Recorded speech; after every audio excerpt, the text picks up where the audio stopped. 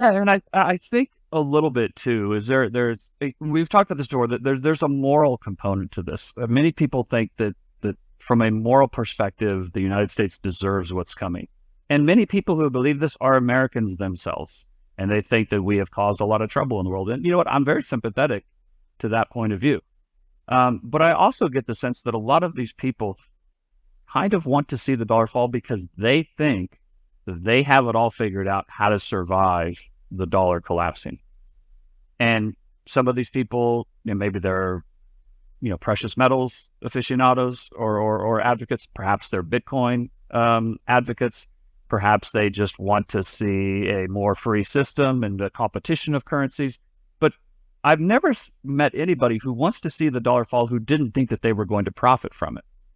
And my point is gold will help you survive some kind of a dollar apocalypse. Bitcoin may help you survive some kind of a dollar apocalypse. Having a farm where you can grow your own food and kind of a bug out place may help you survive a dollar apocalypse.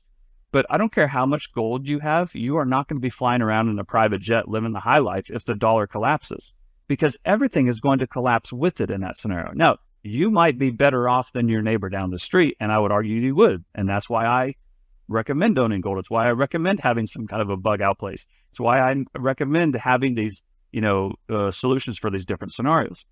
But the idea that gold and silver and Bitcoin and these alternative, lifestyle aficionados are going to be partying while all the dollar holders are crying in their, burned down houses, I have a hard time believing it's actually going to play out that way.